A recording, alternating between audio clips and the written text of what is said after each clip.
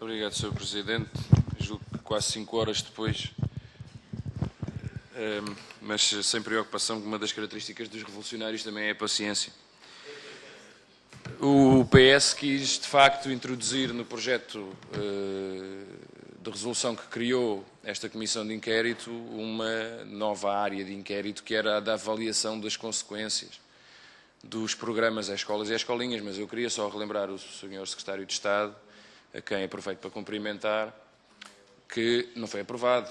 E, portanto, estamos aqui a discutir as matérias sobre as quais incide o projeto de resolução. O Sr.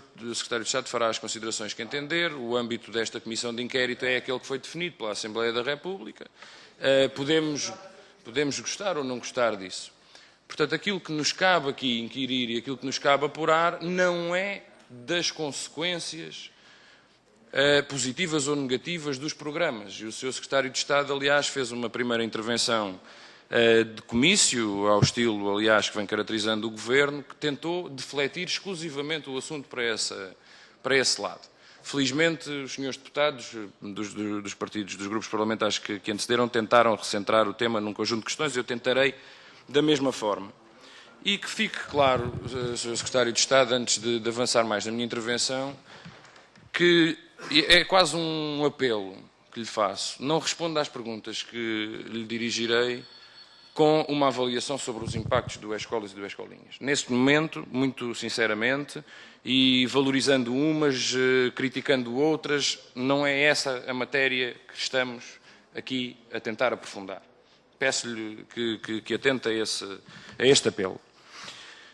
Nós podemos continuar a fingir que entre o convite que é dirigido pelo Ministério das Obras Públicas, Transportes e Comunicações e o E-Escolinhas há apenas uma coincidência gritante. Ou então podemos assumir à partida que é precisamente por existir aqui uma consonância total entre o que é isto e o que é o E-Escolinhas que o Governo faz tudo para não discutir esta matéria. Podemos continuar a fingir que só falta dizer aqui E-Escolinhas, Sr. Secretário de Estado. Só falta dizer aqui E-Escolinhas. É um pormenor importante, exatamente. E é por isso mesmo que me motiva as primeiras perguntas. Qual é a relação temporal entre o conhecimento do Magalhães e a decisão que leva a fazer com que o Governo aqui anuncie que existem 500 mil razões para contarmos com a sua presença. O que significa que quando apresenta isto, só não escreve aqui E-Escolinhas, mas já sabia que isto ia ser o E-Escolinhas.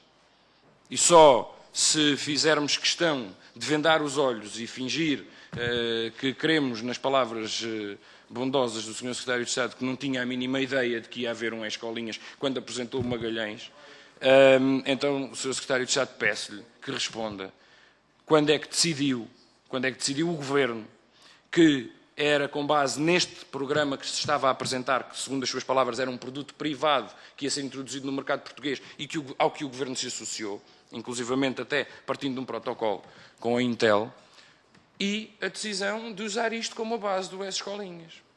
Porque é um facto que se veio a tornar o material, quer em software, quer em hardware, que dá a base ao E-Escolinhas. Isso é um facto. E também é um facto que neste convite o Governo anuncia que existem 500 mil razões. Serão estas 500 mil razões? Quais serão estas 500 mil razões? Estamos-nos a referir aos 500 mil estudantes do ensino básico, que o próprio Sr. Secretário de Estado acabou de dizer que era o seu primeiro objetivo. Portanto, só se continuarmos a fingir que não existe. Sr. Secretário de Estado, também aproveito ainda para lhe perguntar qual é a avaliação que faz do facto de 80% das pessoas que aderiram ao E-Escolas e ao E-Escolinhas já terem banda larga antes da aquisição destes programas.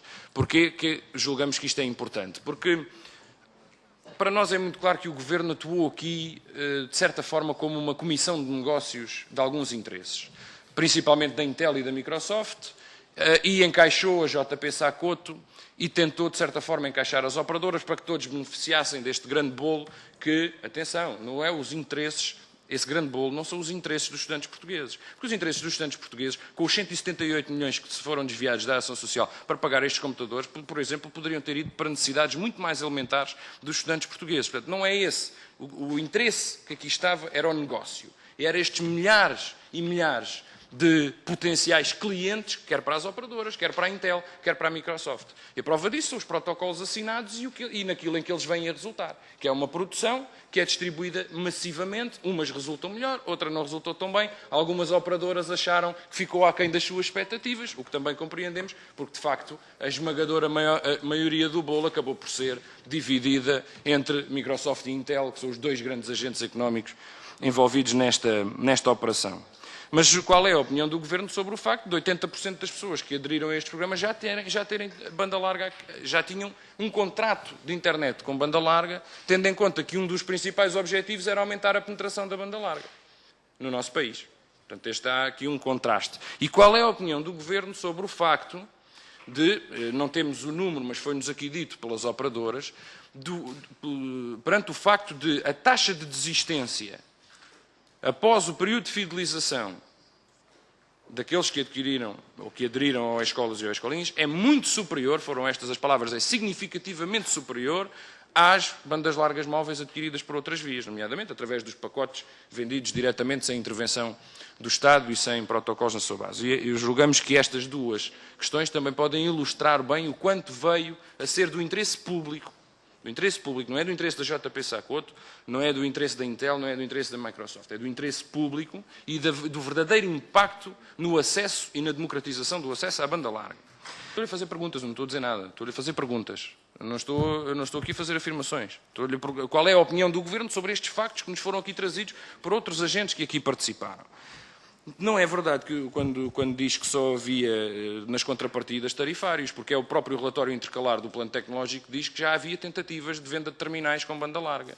E, portanto, também ainda hoje estamos para perceber o que é que aconteceu a essas tentativas. Elas falharam e o Governo vem apadrinhar, nas suas palavras, um outro programa.